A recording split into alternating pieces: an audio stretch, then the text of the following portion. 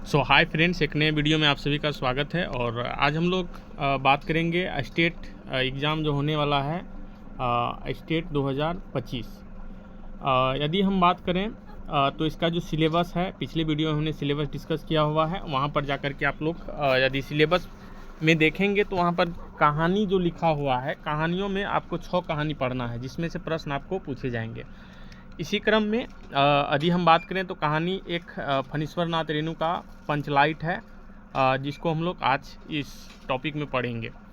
तो 6 कहानियां हैं। हम लोग बारी बारी से सभी कहानियों को जो है लाइन बाय लाइन पढ़ेंगे, क्योंकि प्रश्न जो है आपको कहीं से भी पूछे जा सकते हैं। तो आपको जो है लाइन बाय लाइन पढ़ना चाहिए, और इसका जो इम्पोर्टेंट जो भी चीज़ें हैं उसको हम लोग पूरा तरह से कवर करेंगे। बने रहिएगा हमारे साथ।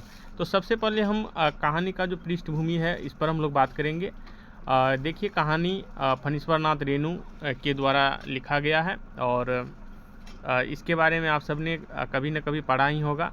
तो चलिए, कहानी का जो मुख्य सार है सबसे पहले हम उसको जानेंगे, उसके बाद फिर हम लोग कहानी की ओर चलेंगे, लाइन बाय लाइन पढ़ेंगे। देखिए, पंचलाइट फणीश्वर नाथ रेणु का प्रसिद्ध आंचलिक कहानी है। तो आप सभी जानते ही हैं कि आंचलिक कहानी जो किसी क्षेत्र विशेष को दर्शाने के लिए, बताने के लिए, वहाँ के वेशभूषा, रहन सहन, सारी चीज़ों के बारे में जानकारी देती है। यह कहानी बिहार के एक गांव में घटती है और ग्रामीण जीवन के विभिन्न पहलुओं जैसे रूढ़िवादी विचार, सामाजिक भेदभाव और प्रगति के प्रति रुझान को उजागर करती है। कहानी का मुख्य जो केंद्र है वह गोधन नामक एक युवक है, और जो गांव की ही एक लड़की जिसका नाम मुनरी है से प्रेम करता है। तो आप सभी कहानी के बारे में जान गए कि एक जो पात्र है, मुख्य पात्र है गोधन, और मुनरी के जो प्रेम प्रसंग, प्रेम कहानी के माध्यम से जो है गांव की छोटी छोटी बातों को इसमें लेखक ने रखा है।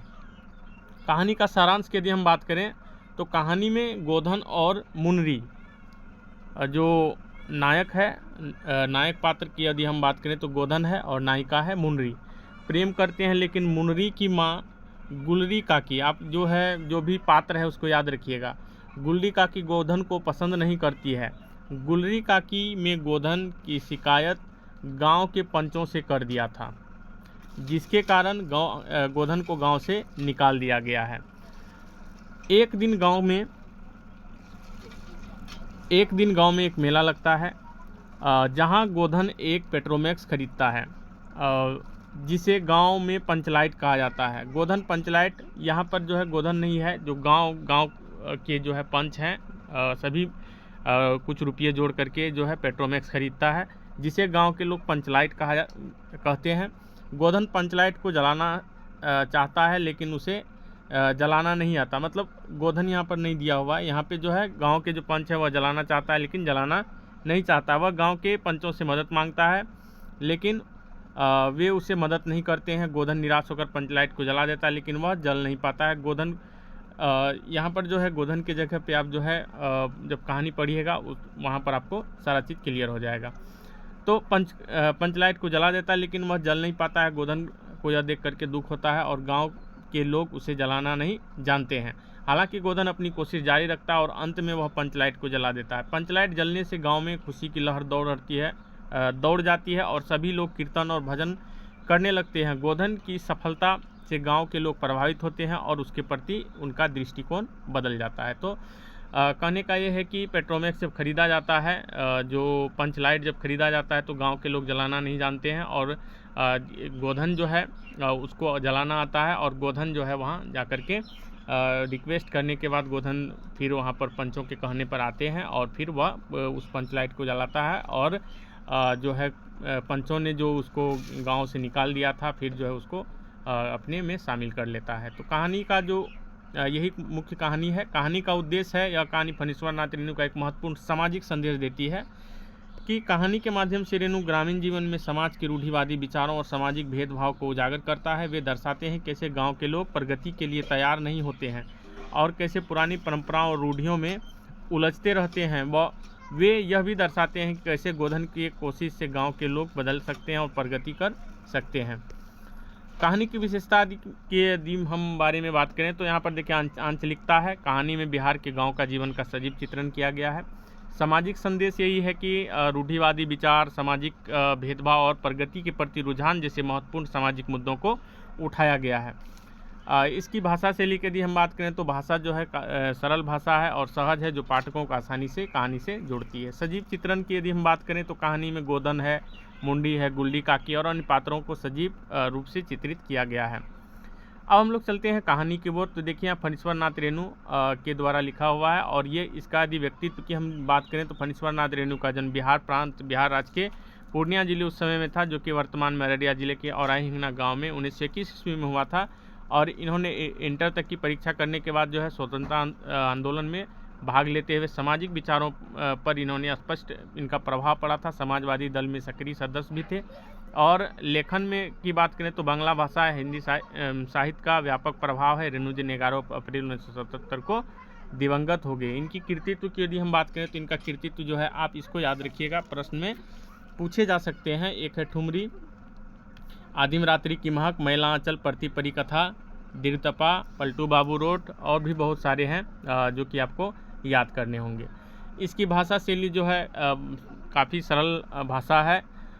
इसकी कुछ प्रसिद्ध कहानियां हैं, लाल पान की बेगम है, रसप्रिया है, तीन बिंदियां है। इसकी तीसरी कसम नामक एक फिल्म बनी थी जो कि मारे गए गुलफाम से नामक शीर्षक से जो उनका कहानी है उससे लिया गया था। मारे गए गुलफाम या तीसरी कसम इसको हम लोग बोल सकते हैं। तो चलिए आज का जो पंचलाइट है इसको हम लोग पढ़ेंगे और यहाँ से लाइन बाय लाइन आप पढ़िएगा। इसको जो है यहाँ से प्रश्न आने की संभावनाएं होती है। पिछले 15 महीनों में दंड जुर्माने के पैसे जमा करके महतो टोली के पंचों ने पेट्रोमैक्स खरीदा है। क्या खरीदा है तो याद रखिएगा, पेट्रोमैक्स खरीदा है। इस बार रामनवमी के मेले में गांव में सब मिलाकर 8 पंचायत है। हर एक जाति की अलग अलग सभा चट्टी है। सभी पंचायतों में दरी, जाजिम, सतरंजी और पेट्रोमैक्स है। पेट्रोमैक्स जिसे गांव वाले पंचलाइट कहते हैं। पंचलाइट खरीदने के बाद पंचों ने मेले में ही तय किया 10 रुपये जो बच गए हैं उससे पूजा की सामग्री खरीद ली जाए। तो गांव में ऐसा होता है कि जो भी सामान खरीदा जाता है उसकी जो है सबसे पहले पूजन की जाती है। बिना नेम टेम का कल कब्जे वाली चीज़ का पुण्य नहीं करना चाहिए। कब्जे वाली चीज़ मतलब होता है कल पुर्जा वाला, जो उसमें कहें तो लोहे का सामान है, उसका पूजा करने के बाद। अंग्रेज बहादुर के राज में भी पुल बनाने के पहले बलि दी जाती है। ये जो है पुरानी विचारधारा है, वर्तमान समय में इससे कोई संबंध नहीं है। मेले में सभी 5 दिन दहाड़े ही गांव लौटे। सबसे आगे पंचायत का छड़ीदार पंचलाइट का डिब्बा माथे पर लेकर और उसके पीछे सरदार, दीवान, पंच वगैरह। गांव के बाहर ही ब्राह्मण टोली के फुटंगी झा, तो याद रखिएगा एक है फुटंगी झा, ने टोक दिया, कितने में लालटेन खरीद हुआ महतो? देखते नहीं है पंचलेट है। वामन टोली के लोग ऐसे ही बात करते हैं, अपने घर में डिबरी को भी बिजली बत्ती कहेंगे और दूसरों के पंचलाइट को लालटेन। टोले भर के लोग जमा हो गए, औरत मर्द बूढ़े सभी कामकाज छोड़कर दौड़ आए। चल रे चल, अपने पंचलाइट आया है पंचलाइट। छड़ीदार अग्नू महतो रह रहकर लोगों को चेतावनी देने लगा, हाँ दूर से, जरा दूर से, छूछा मत करो, ठेस न लगे। सरदार ने अपनी स्त्री से कहा, सांझ को पूजा होगी, जल्द से नहा धोकर चौका पीढ़ी लगाओ। टोली में कीर्तन मंडली के मुलगैन मतलब होता है जो मुख्य गायक होते हैं, ने अपने भगतिया पचक्कों मतलब जो बाद में मुख्य लाइन गाने के बाद जो बाद में गाते हैं, पचक्कों को समझा कर कहा, देखो आज पंचलाइट की रोशनी में कीर्तन होगा। बेताले लोगों को पहले ही कह देता हूँ, आज यदि आखिर धरने में डेढ़ बेर हुआ तो दूसरे दिन से एकदम बैकआउट मतलब बाइकआउट। औरतों की मंडली में गुरली काकी गोसाई के गीत गुनगुनाने लगी। छोटे छोटे बच्चों ने उत्साह के मारे बेवजह शोरगुल मचाना शुरू कर दिया। सूरज डूबने के 1 घंटा पहले ही टोले भर के लोग सरदार के दरवाजे पर आकर खड़े हो गए। शाम होते जो है सभी जो है नई चीज़ें आई है गांव में, गांव के लोग सभी जो है उत्सुकता से उस पंचलाइट को, पेट्रोमैक्स को देखना चाहते हैं। पंचलाइट के सिवा और कोई गप नहीं, मतलब कुछ भी बात नहीं हो रहा है पंचलाइट के सिवा। सरदार ने गुड़गुड़ी पीते हुए दुकानदार ने ने पहले सुनाया पूरे 5 कौड़ी रुपया। मैंने कहा कि दुकानदार साहब यह मत समझिए कि हम लोग एकदम देहाती हैं, बहुत बहुत पंचलाइट देखा है। इसके बाद दुकानदार मेरा मुंह देखने लगा, बोला लगता है आप जाति के सरदार हैं। ठीक है, जब आप सरदार होकर खुद पंचलाइट खरीदने आए हैं तो जाइए, पूरी 5 कौड़ी में आपको दे रहे हैं। दीवान जी ने कहा, अलबत्ता चेहरा परखने वाला दुकानदार है। पंचलेट का बक्सा दुकानदार का नौकर देना नहीं चाहता था। मैंने कहा, देखिए दुकानदार साहब, बिना बक्सा पंचलेट कैसे ले जाएंगे। दुकानदार ने नौकर को डांटते हुए कहा, क्यों रे, दीवान जी के आँख के आगे धुरखेल करता है, दे दो बक्सा। तो ये जो है आँख के आगे धुरखेल का मतलब जो है ये एक ग्रामीण मुहावरा है। टोले के लोगों ने सरदार और दीवान को श्रद्धा भरी निगाहों से देखा। छड़ीदार ने औरतों की मंडली को सुनाया, रास्ते में सनसन बोलता था पंचलेट, लेकिन एन मौके पर लेकिन लग गया। रुदल शाह बनिए, तो एक नाम यहाँ पर रुदल शाह आ रहा है। रुदल शाह बनिए की दुकान में 3 बोतल किरासन तेल लाया और सवाल पैदा हुआ कि पंचलेट जलाएगा कौन। अब यहाँ से जो है आप लोग व्यंग देखिएगा, एक व्यंग कह सकते हैं, या जो समाज गांव के लोग जो है कितने भोलेपन के साथ रहते हैं वो आप देख पाएंगे। यह बात पहले से किसी के दिमाग में नहीं आई। पंचलेट खरीदने के पहले किसी ने न सोचा, खरीदने के बाद भी नहीं। अब पूजा की सामग्री चौके पर सजी है, कीर्तनिया लोग ढोल करताल खोलकर बैठे हैं और पंचलेट पड़ा हुआ है। गांव वालों ने आज तक कोई ऐसा चीज़ नहीं खरीदा जिसमें जलाने बुझाने का झंझट हो। कहावत है ना, भाई रे गाय लूँ तो दूहे कौन। तो यहाँ पर ये भी क्या है, ग्रामीण जो आंचलिक एग्जाम्पल है, गांव में लोग ऐसा उदाहरण देते हैं। लो मज़ा अब, इस कल कब्जे वाली चीज़ को कौन बाले मतलब जलाना, कौन जलाए। यह बात नहीं कि गांव भर में कोई पंचलेट बालने वाला मतलब जलाने वाला नहीं है। हर एक पंचायत में पंचलेट है, उसके जलाने वाला जानकार है। लेकिन सवाल यह है कि पहली बार नेम टेम करके शुभ लाभ करके दूसरी पंचायत के आदमी के मदद से पंचलेट जलेगा। इससे तो अच्छा है कि पंचलेट पड़ा रहे। जिंदगी भर ताना कौन सहे, बात बात में दूसरे टोले के लोग कूट करेंगे। तुम लोगों को पंचलेट पहली बार दूसरे के हाथ से ना, पंचायत की इज्जत का सवाल है। दूसरे टोले के लोगों को मत कहिए। चारों ओर उदासी छा गई, अंधेरा बढ़ने लगा। किसी ने अपने घर से आज डिबरी भी नहीं जलाई। आज पंचलेट के सामने डिबरी कौन बालता, बालना मतलब होता है जलाना। सब किए किराए पर पानी फिर रहा था। सरदार, दीवान और छड़ीदार के मुंह में बोली नहीं, पंचों के चेहरे उतर आए थे। किसी ने दबी आवाज में कहा, कल कब्जे वाली चीज का नखरा बहुत बड़ा होता है। एक नौजवान ने आकर सूचना दी, राजपूत टोली के लोग हंसते हंसते पागल हो रहे हैं। कहते हैं कान पकड़कर पंचलेट के सामने 5 बार उठो बैठो, तुरंत जलने लगेगा। तो देखिए यहाँ पर व्यंग किस तरह से किया गया है। पंचों ने सुनकर मन ही मन कहा, भगवान ने हंसने का मौका दिया है, हंसेंगे नहीं। एक बूढ़े ने आकर खबर दी, रुदल शाह बनिया भारी बतंगड़ आदमी है, कह रहा है पंचलेट का पंपू जरा होशियारी से देना। पंपू मतलब होता है पंप जो जला दिया जाता था। गुलरी काकी की बेटी मुंडरी के मुंह में बार बार एक ही बात आकर मन से लौट जाती थी। तो देखिए यहाँ पर मुंडरी जो है वह कुछ कहना चाहती है। तो गोधन के बारे में, गोधन को शायद वह जलाना आता है। वह कैसे बोले, वह जानती है कि गोधन पंचलेट बालना जानता है। तो यहाँ पर देखिए गोधन के बारे में चर्चा हुआ है। लेकिन गोधन का हुक्का पानी पंचायत ने बंद कर दिया है। मुंडी की माँ ने पंचायत से फरियाद की थी कि गोधन रोज उसकी बेटी को देखकर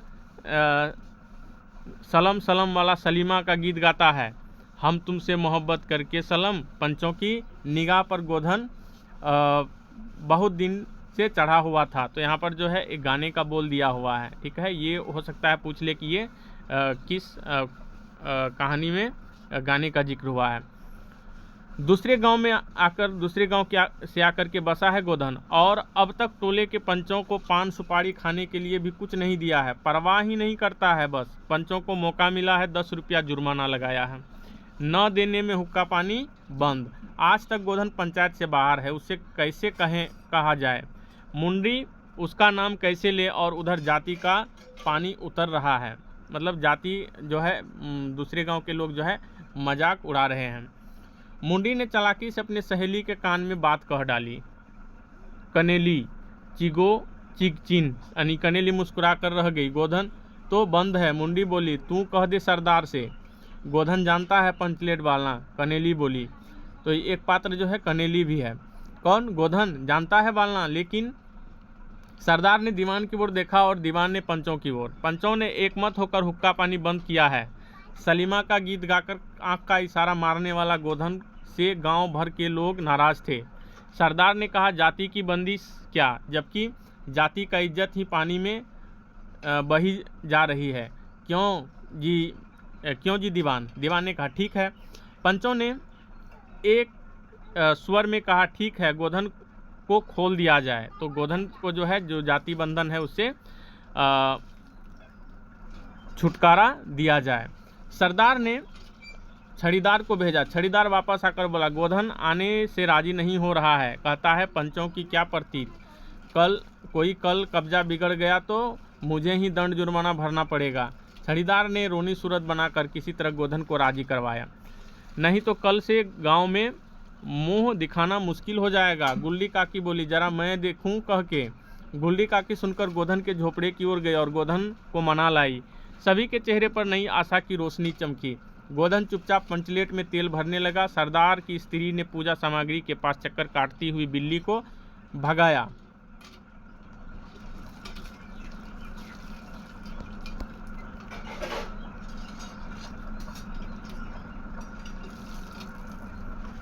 कीर्तन मंडली का मुलगेन मूर्छल के बालों को संवारने लगा। गोधन ने पूछा स्पिरिट कहाँ है, बिना स्पिरिट के कैसे जलेगा। लो मजा। अब यह दूसरा बखेड़ा खड़ा हुआ। सभी ने मन ही मन सरदार, दीवान और पंचों की बुद्धि पर अविश्वास प्रकट किया। बिना बूझे समझे काम करते हैं ये लोग। उपस्थित जनसमूह ने फिर मायूसी छा गई। लेकिन गोधन बड़ा होशियार लड़का है, बिना स्पिरिट के ही पंचलेट जलाएगा। थोड़ा गरी का तेल ला दो। मुंडी दौड़कर गया और मलसी गरी का तेल ले आया। गोधन पंचलेट में पंप देने लगा। पंचलेट की रोशनी थैली में धीरे धीरे रोशनी आने लगी। गोधन कभी मुंह से फूंकता, कभी पंचलेट की चाबी घुमाता। थोड़ी देर के बाद पंचलेट में सनसनाहट की आवाज़ निकलने लगी और रोशनी बढ़ती गई। लोगों के दिल के मैल दूर हो गए। गोधन बड़ा काबिल लड़का है। अंत में पंचलेट की रोशनी से सारी टोली जगमगा उठी। तो कीर्तनिया लोगों ने एक स्वर में महावीर स्वामी की जय की ध्वनि के साथ कीर्तन शुरू किया। पंचलेट की रोशनी में सभी के मुस्कुराते हुए चेहरे स्पष्ट दिख गए। गोधन ने सबका दिल जीत लिया। मुंडी ने हसरत भरी निगाह से गोधन की ओर देखा। आंखें चार हुई और फिर आंखों में बातें हुई। कहा सुना माफ़ करना, मेरा क्या कसूर। तो यहाँ पर जो है गोधन जो है वह पंचलेट को जला देता है। सरदार ने गोधन को बहुत ही प्यार से पास बुलाकर कहा तुमने जाति की इज्जत रखी है, तुम्हारा 7 खून माफ। तुम गाओ सलीमा का गाना। गुल्ली काकी बोली आज रात में मेरे घर में खाना। गोधन ने एक बार फिर मुंडी की ओर देखा। मुंडी की पलकें झुक गई। कीर्तनिया लोगों ने एक कीर्तन समाप्त कर जयध्वनि की।